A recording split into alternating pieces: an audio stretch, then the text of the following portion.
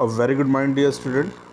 My dear student, as you know that at present dissolution of partnership firm chapter is going on in accountancy. This is class 12th topic, my dear student.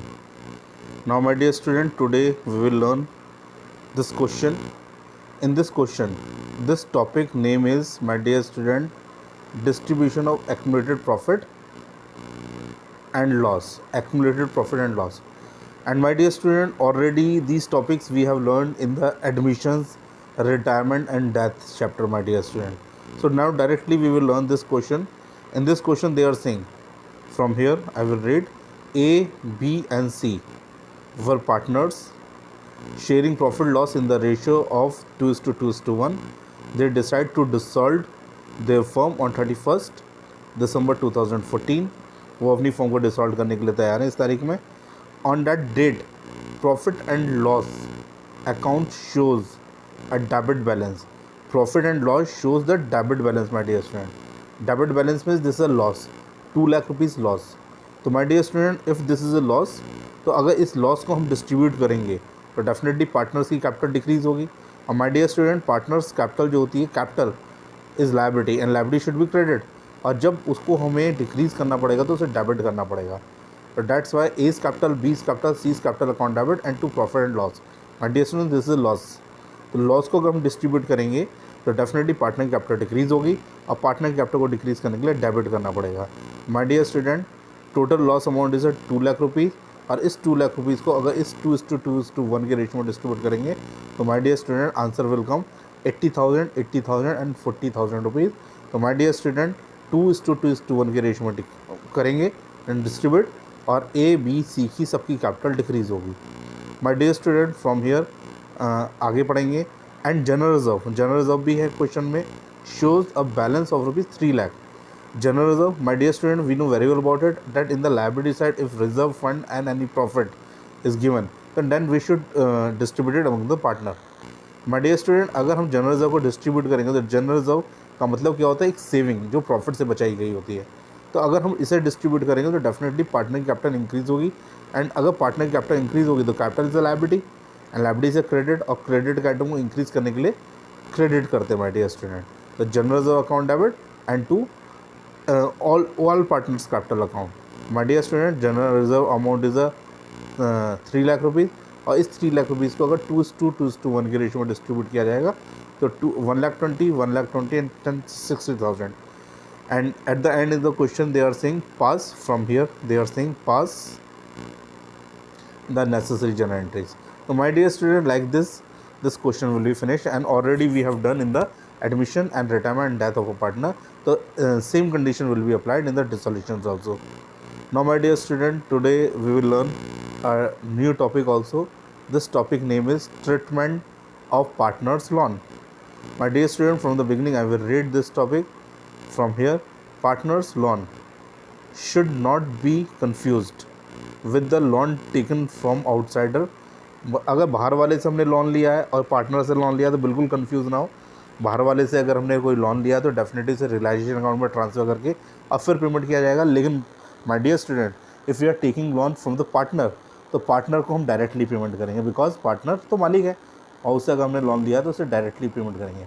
And then they are saying as per Section 48 of Partnership Act 1932. Partnership Act 1932.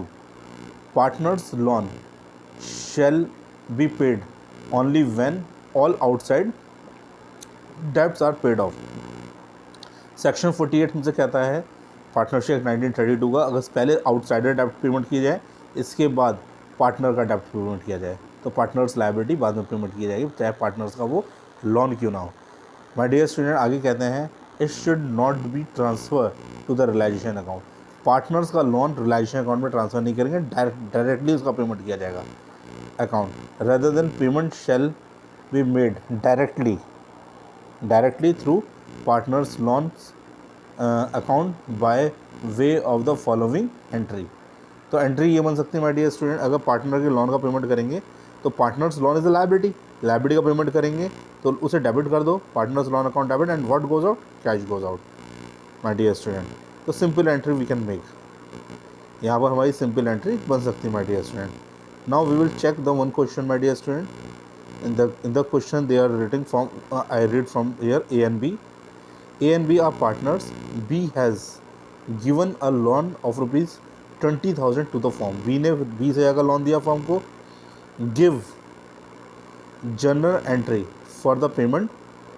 Give journal entries for the payment of B's loan at the time of dissolution of the firm. अब हमें उसकी entry बनानी my dear student. तो अगर entry बनाना चाहते हैं तो entry is not very difficult.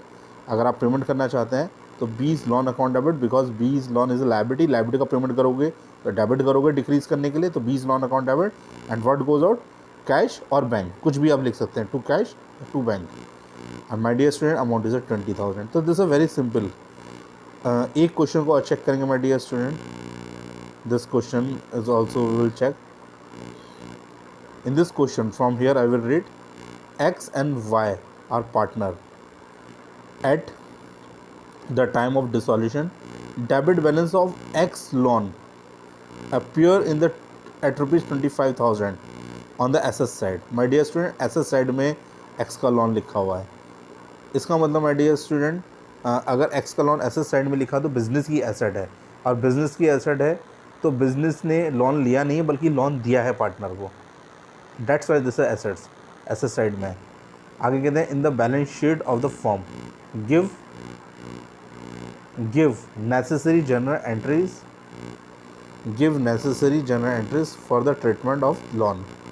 My dear student, तो यहाँ पर हमारा क्वेश्चन हमसे कह रहा है X and Y partner at the time of the dissolution of the firm. X loan appeared at rupees 25,000 on the asset side. Asset side में अगर 25,000 रुपये लिखा हुआ है, और उसका अगर हम अब क्या करेंगे माय डियर स्टूडेंट, यहाँ पर हमारे पास we have the two conditions.